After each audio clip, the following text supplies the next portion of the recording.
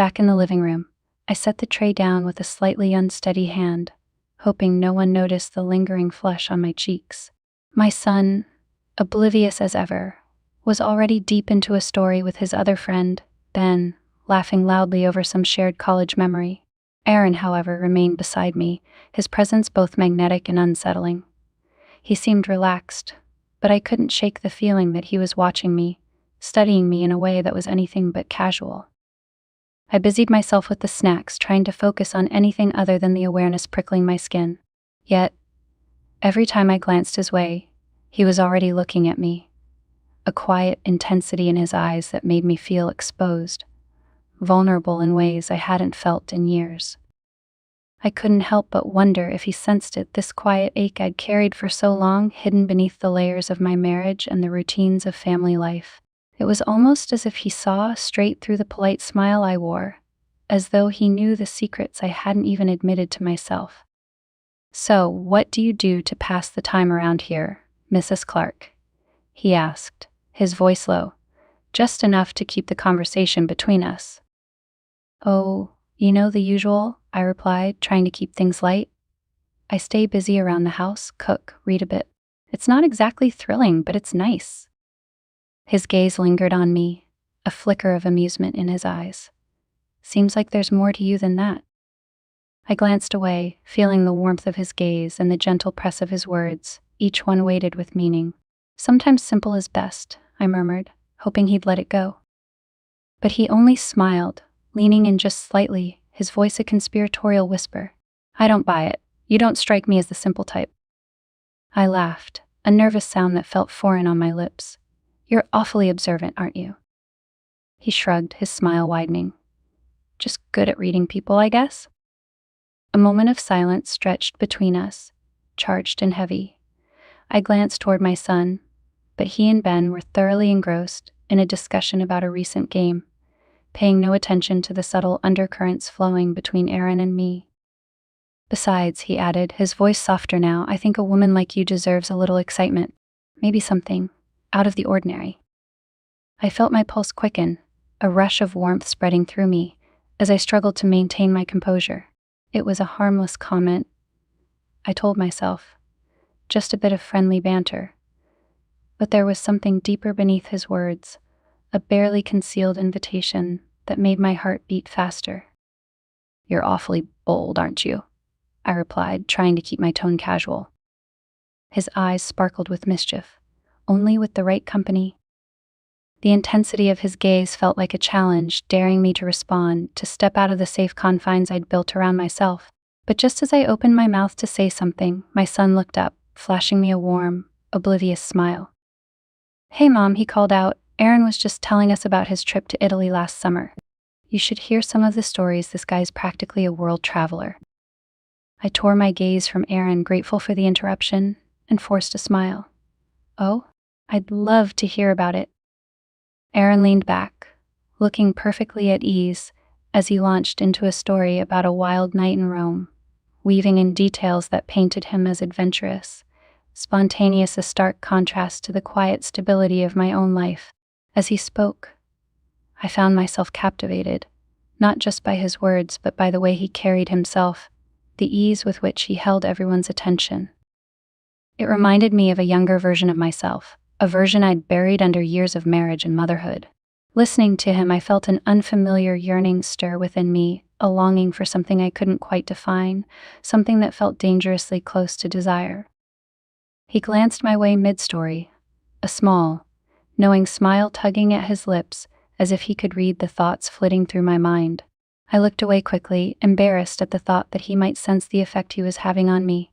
But the feeling only grew stronger, building quietly beneath the surface, a gentle ache that I couldn't shake. As the evening wore on, the group's laughter filled the room, but I felt strangely detached, caught between the present and a series of unspoken thoughts. My gaze drifted to Aaron now and then, each glance only serving to heighten the tension between us. I told myself it was just harmless intrigue, the kind of innocent fascination one feels when meeting someone new and interesting. But deep down, I knew there was more to it, a spark I hadn't felt in years, a quiet thrill that lingered long after he looked away. Just then, Aaron caught my gaze, his expression softening, his eyes filled with a kind of unspoken understanding that made my heart race. In that moment, it felt as if he could see right through me, past the polite smile and the carefully curated life I'd built, straight into the heart of my loneliness and longing. "Excuse me for a second," I said, standing up, hoping the brief break would help calm the storm of emotions swirling within me. I slipped out of the room, heading toward the kitchen, but I could feel his gaze following me, a subtle heat trailing behind me that left me feeling both exhilarated and unsettled. In the quiet of the kitchen, I took a deep breath, willing myself to let go of the ridiculous thoughts swirling in my mind. He was just my son's friend, a young man full of life and charm, and I was simply flattered by the attention. There was nothing more to it, nothing real. But even as I told myself this, I couldn't shake the feeling that something significant had shifted, a crack forming in the carefully constructed wall around my heart, and though I tried to dismiss it, to push the thoughts away, I knew that this quiet, lingering spark was something I couldn't ignore. When I returned to the living room, I caught Aaron's eye once I saw. He smiled, a quiet, knowing smile that seemed to hold a promise of something unspoken. And as I sat back down, a soft thrill washed over me, an echo of emotions I hadn't felt in years. Perhaps I was only imagining it, projecting my own restlessness onto a young man who'd merely offered a few kind words. Or maybe, just maybe, there was something more, a subtle, unspoken connection that I couldn't deny. Either way, I felt the edges of my world shift, and for the first time in years, I found myself wondering what lay beyond the confines of my comfortable, predictable life. The next morning, I went about my day as usual, trying to shake off the strange thrill that lingered from the night before. My son's friends had stayed over, and I busied myself with tidying up the living room and preparing breakfast, hoping that a bit of routine would return everything to normal. But the memory of Aaron's intense gaze, the warmth in his voice, lingered like a forbidden melody, playing over and over in my mind. I reminded myself it was ridiculous. He was young, probably just being friendly and a bit playful. Yet, even as I told myself this, I felt the flutter of anticipation rise within me when I heard footsteps coming down the stairs. I turned to see Aaron in the kitchen doorway, leaning against the frame, his casual confidence a sharp contrast to the quiet of the morning. His hair was slightly tousled, his shirt wrinkled from sleep, and there was something inexplicably charming in the way he looked, like he belonged in my kitchen, part of my world in a way that defied explanation. "Good morning, Mrs. Clark," he said, his voice low and warm. He was using my formal name again, and the way he said it felt like he was toying with something private, a small reminder of the tension that had crackled between us the night before. "Morning, Aaron," I replied, trying to keep my tone steady. "Breakfast is almost ready, just waiting on the coffee." He nodded, moving further into the kitchen, his gaze holding mine with a quiet intensity that made my breath hitch. "You didn't have to go through all this trouble?" he said, glancing over the spread of food I'd laid out. I shrugged, keeping my hands busy with the coffee pot to avoid meeting his gaze for too long. "It's no trouble. I'm used to it." There was a pause, a weighted silence that seemed to settle over the room. I could feel him watching me, his presence filling the space, making it hard to ignore the warmth rising in my chest. "It must be nice to have company," he murmured, his voice softer now, almost thoughtful. "I imagine it's quiet around here when it's just you." I glanced at him, surprised by the observation. There was something in his tone and understanding that felt deeper than idle conversation. I felt my defenses waver, a strange vulnerability washing over me as I nodded, unable to find the right words.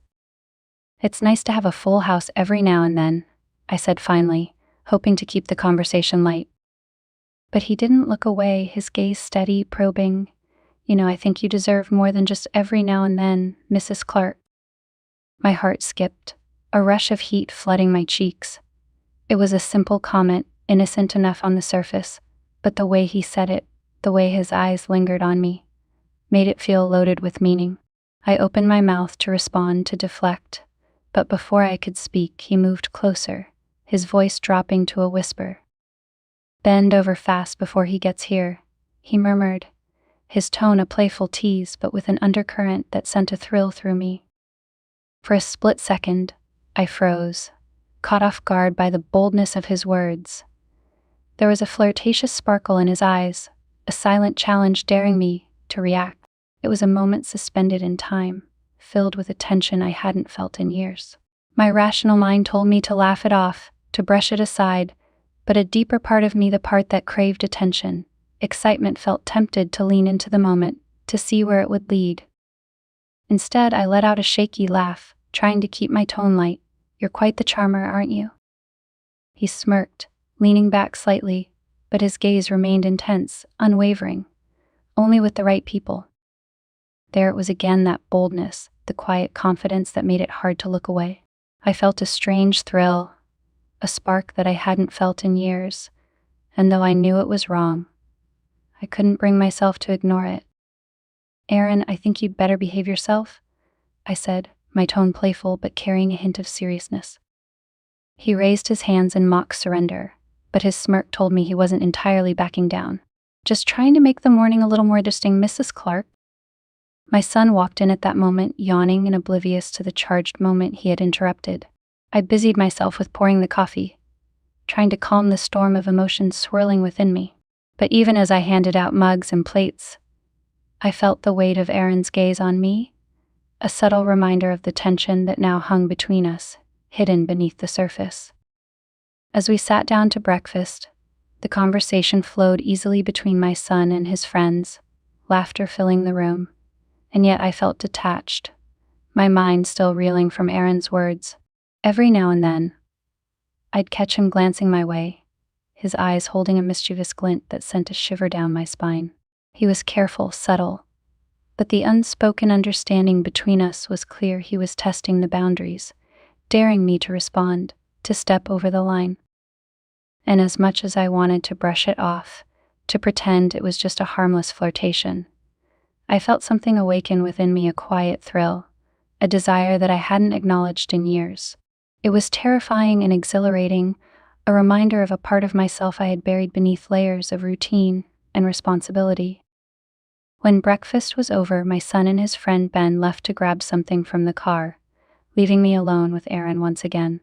The silence felt heavy, charged, and I was keenly aware of every movement, every glance. He leaned against the counter, watching me as I gathered the plates, his gaze unwavering, his expression unreadable. "You know," he said, breaking the silence, "I'm surprised someone like you is here alone so often." I looked up, caught off guard by his words. "Someone like me?" He nodded, his eyes softening, a hint of something sincere flickering behind the playful facade. "Someone who seems too interesting to be left alone." I felt a strange warmth settle over me, his words cutting through the layers of defense I'd built around myself. It was just a compliment, I told myself, just a bit of harmless flattery. But there was something in his gaze, a quiet sincerity that made me wonder if he saw more than I wanted to show. "Well, you're flattering me," I replied, trying to keep my tone light, to brush it off as nothing. But the way he looked at me, the quiet intensity in his eyes, made it hard to ignore the flutter of excitement building in my chest. "Maybe," he said softly, his voice a gentle murmur. "Or maybe I just think you deserve more." The words hung in the air, their weight settling over me like a whisper of possibility. I felt my heart race, a thrill of something unknown sparking within me, a quiet voice urging me to step closer, to lean into the warmth of his presence. But before I could respond, my son and Ben re-entered, breaking the spell, and I quickly busied myself with the dishes, hoping they wouldn't notice the flush on my cheeks. As the morning wore on, the sense of intrigue, of unspoken temptation, lingered in the air. Each glance, each subtle smile between Aaron and me felt like a silent confession, a shared secret that was both exhilarating and dangerous. And though I knew I should let it go, should push away the whispers of desire growing within me, I found myself drawn to it, unable to resist the thrill of feeling alive in a way I hadn't in years. The day passed in a slow blur, and I couldn't help but replay the morning's exchanges with Aaron in my mind, analyzing every word, every glance. The boldness of his words, the way he looked at me, left me flustered and restless in a way I hadn't been in years. It was a feeling I couldn't fully explain, a mixture of exhilaration and guilt that tugged at me from both directions. By the afternoon, my son and Ben decided to go out for a while, leaving me alone in the house with Aaron. I could feel the tension building, thickening the air between us, an invisible pull that neither of us acknowledged but both felt acutely. It was as if every quiet moment, every sidelong glance was laden with unspoken words, urging us toward something we knew was forbidden. I tried to keep busy, my hands occupied with folding laundry and tidying up, anything to distract myself from the electric undercurrent between us. But it was no use. Aaron's presence loomed large, filling the quiet spaces with an intensity that made it impossible to ignore. As I moved through the house, he followed, lingering in the doorway of each room I entered, watching me with a quiet intensity that made my heart race. At one point, I caught his reflection in the mirror, as I adjusted a picture frame on the wall, and our eyes met, his gaze soft but unreadable. I looked away quickly, feeling the flush rise to my cheeks, the weight of his attention making my skin tingle. In the kitchen, I was rinsing dishes, the steady flow of water a soothing backdrop to my turbulent thoughts. I heard his footsteps behind me, felt the warmth of his presence as he came closer, standing just close enough that I could feel the heat radiating from him. "Need a hand?" he asked, his voice low, almost a murmur. "No, I think I got it," I replied, hoping my voice sounded steadier than I felt. But he didn't move away. Instead, he reached past me, his arm brushing against mine as he grabbed a towel to dry the dishes.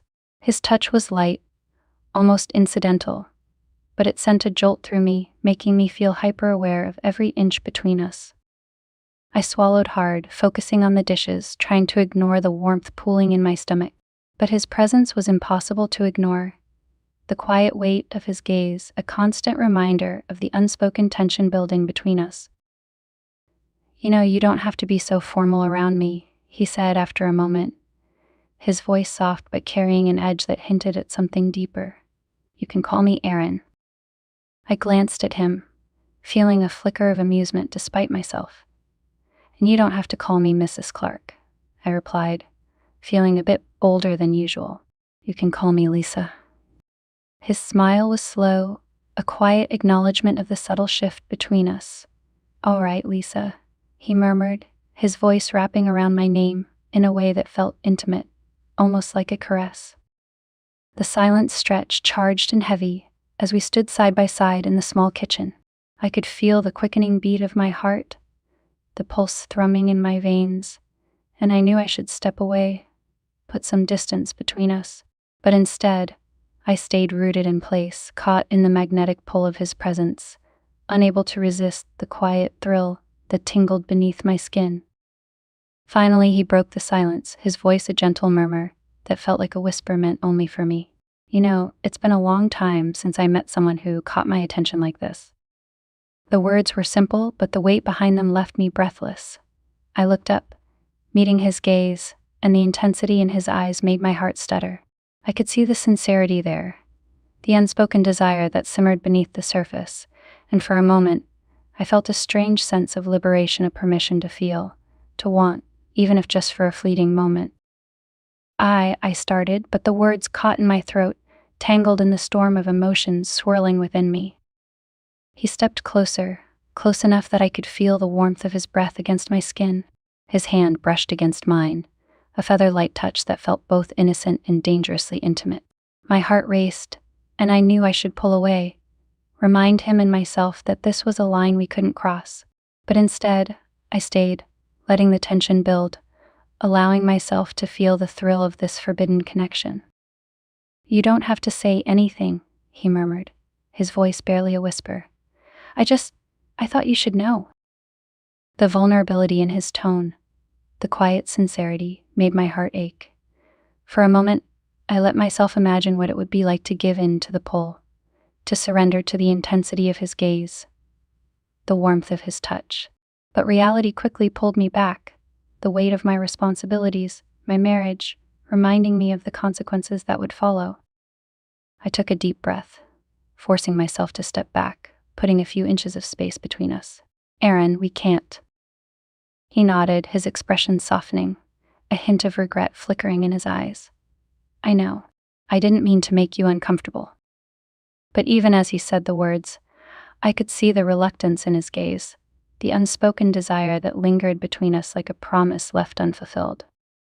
It's just I hesitated, struggling to find the right words. It's complicated. He gave a small nod, his eyes understanding yet filled with an unspoken intensity that left me feeling breathless. Sometimes the things that are worth the most are the hardest to have. The simplicity of his words cut through me, a truth I hadn't been willing to face. I wanted to brush it off, to pretend it was just a moment of flirtation, but deep down, I knew there was something more, a connection that ran deeper than I was willing to admit. He stepped back, giving me space, but his gaze remained steady, unwavering. I respect your boundaries, Lisa, he said, his voice gentle, his tone sincere. But just know I don't think you're as alone as you feel. The words lingered, filling the silence that followed with a quiet intensity that left me feeling raw, exposed in a way I hadn't anticipated. He was right, and in a way that I couldn't explain. I felt a strange sense of comfort in his words, a validation of the quiet ache I'd carried along for so long. We stood there, the silence stretching between us, filled with the weight of all that was left unspoken. And though I knew it was wrong, a part of me couldn't help but wonder what might happen if I let myself feel, if I allowed myself to lean into the thrill that Aaron's presence had awakened. Just then, the sound of the front door opening shattered the moment, pulling me back to reality. My son and Ben were back, their voices filling the quiet space, grounding me in the present. I quickly busied myself with putting away the dishes, my heart still racing, my mind struggling to process the depth of emotions that had surfaced. As Aaron walked away, I felt a pang of something close to regret, a quiet longing that I knew I couldn't afford to entertain. But even as I told myself to let it go, to push away the feelings he'd stirred within me, I knew it wouldn't be that simple. The tension between us had reached a breaking point, and though we'd managed to hold back, I wasn't sure how much longer I could resist the pull. As the evening wore on, I found myself lost in thought, replaying the earlier moments in the kitchen with Aaron, the closeness, the soft words he'd spoken. My mind felt like a maze of emotions, each path twisting and turning, leading me deeper into a feeling I couldn't explain, one that defied the stability I'd spent years building. I'd always believed in being practical, responsible, but Aaron's presence had stirred something raw, something that made the walls around me feel less secure. I knew I was being reckless. He was my son's friend, young and vibrant, and his life was just beginning. I, on the other hand, was a married woman, with commitments and responsibilities that had shaped every part of who I was.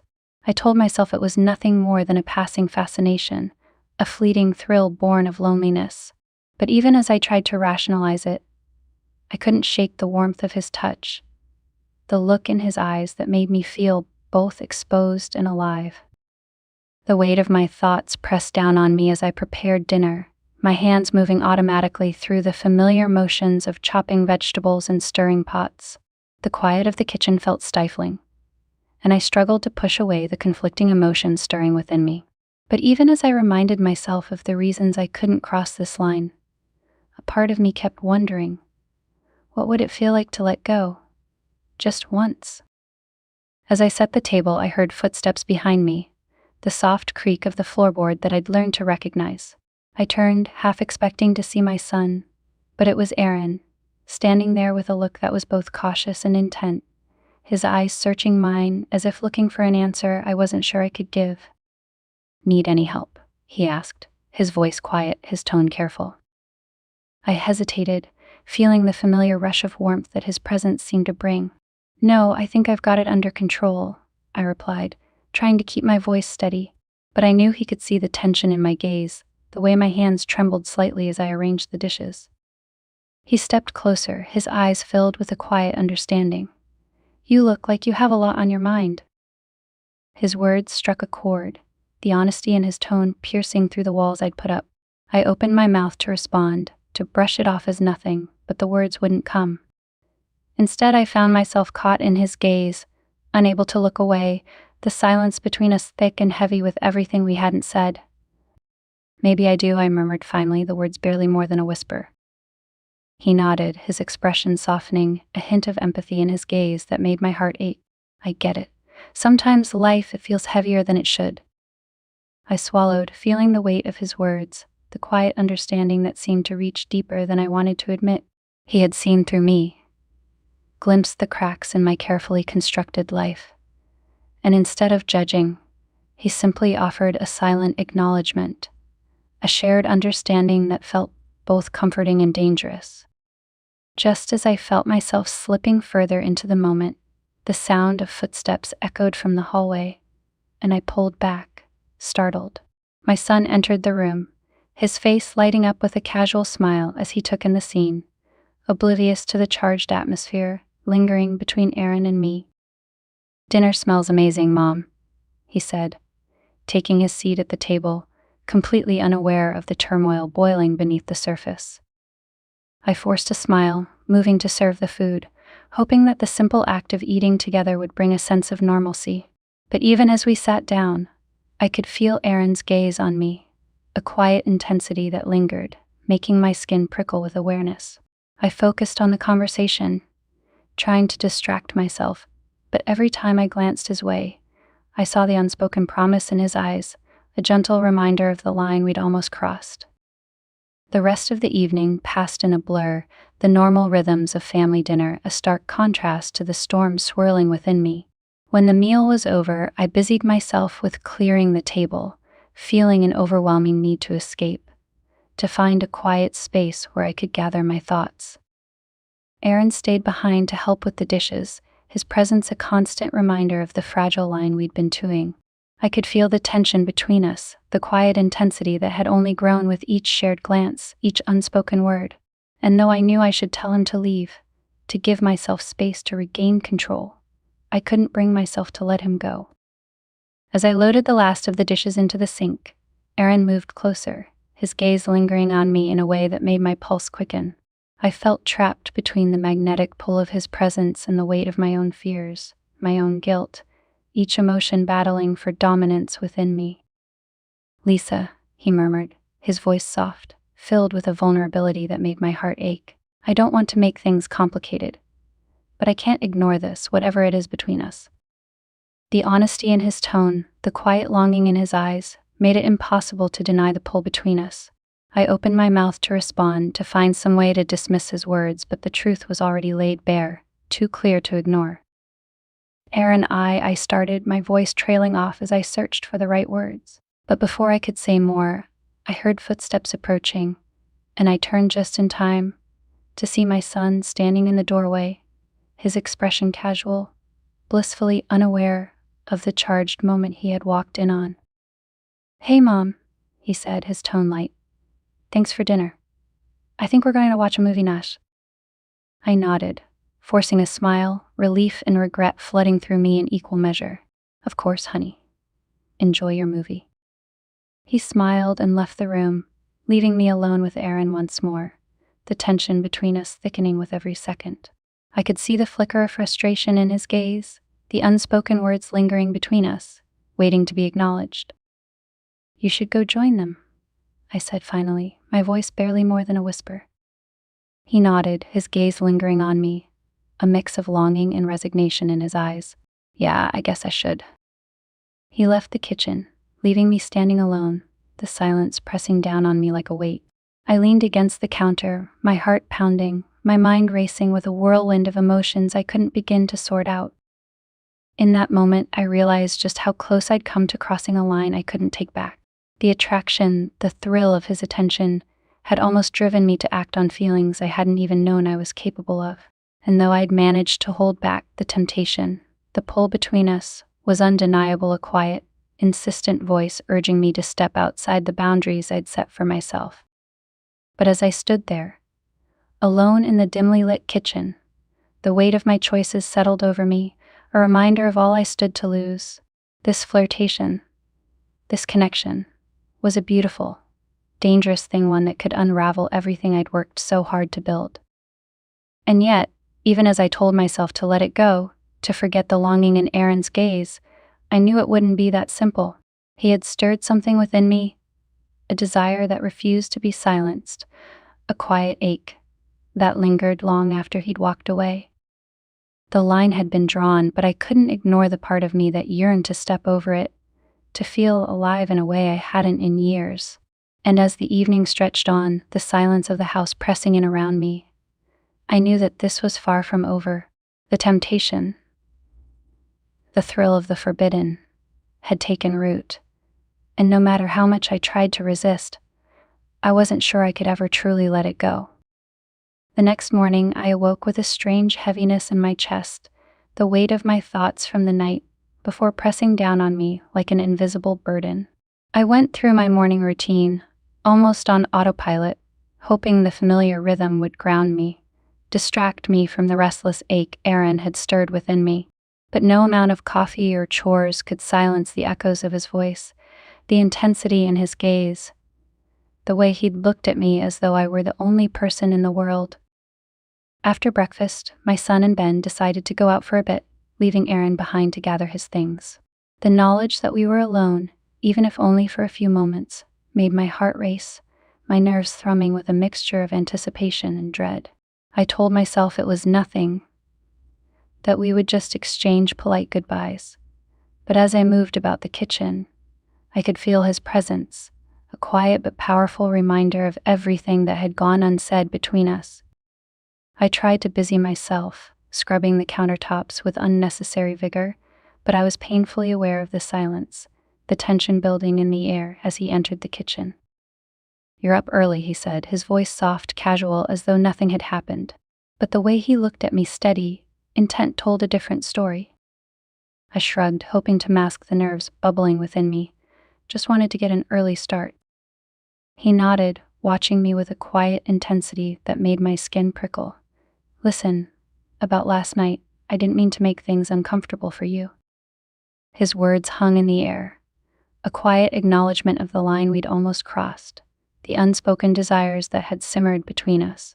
I felt a wave of relief wash over me, grateful for the chance to clear the air, to put an end to the turmoil that had kept me awake all night. "I appreciate that, Aaron," I replied, my voice softer than I'd intended. "I think we both got a little caught up in the moment." He smiled, a faint, rueful expression that seemed to carry 1,000 unspoken words.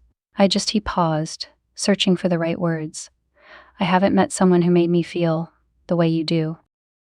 I swallowed hard, feeling the warmth rise in my cheeks, the impact of his words cutting through my defenses. He was younger, yes, but the sincerity in his voice, the quiet longing in his eyes, made it impossible to dismiss his feelings as mere infatuation. "Aaron, I started, struggling to find the right words, to balance honesty with the boundaries I knew I needed to set. This, whatever it is between us, it's dangerous." He nodded, his expression filled with regret. "I know. I wouldn't want to make things complicated for you." For a moment we stood there in silence, the weight of everything unspoken pressing down on us, filling the space between us with a quiet, painful tension. I wanted to reach out to offer some kind of comfort, but I knew that even the smallest touch would be crossing a line, one that I wasn't sure I could handle crossing. Just as I took a deep breath, ready to say something, anything that might bring closure, I heard the sound of the front door opening. My son's voice echoed through the hallway, calling out a cheerful, "Mom, we're back."